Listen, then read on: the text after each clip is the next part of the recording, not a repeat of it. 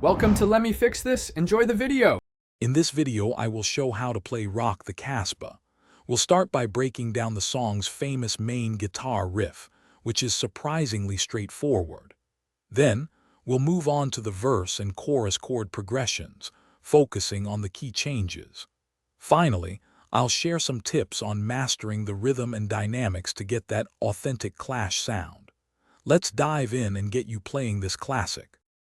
The main riff is built around a simple power chord shape, moving down the neck. For the verses, you'll primarily use a minor, G, F, and E minor chords. Pay close attention to the rhythmic strumming pattern. It's crucial for capturing the song's energy. Practice these sections slowly to ensure clean transitions and a solid foundation before speeding up.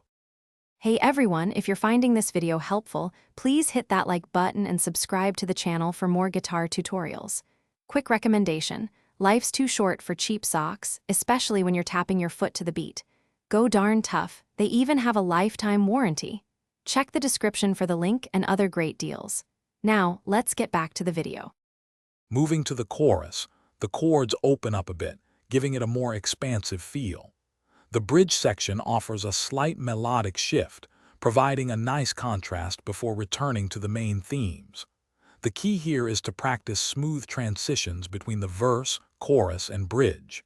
This ensures the song flows naturally and maintains its infectious groove.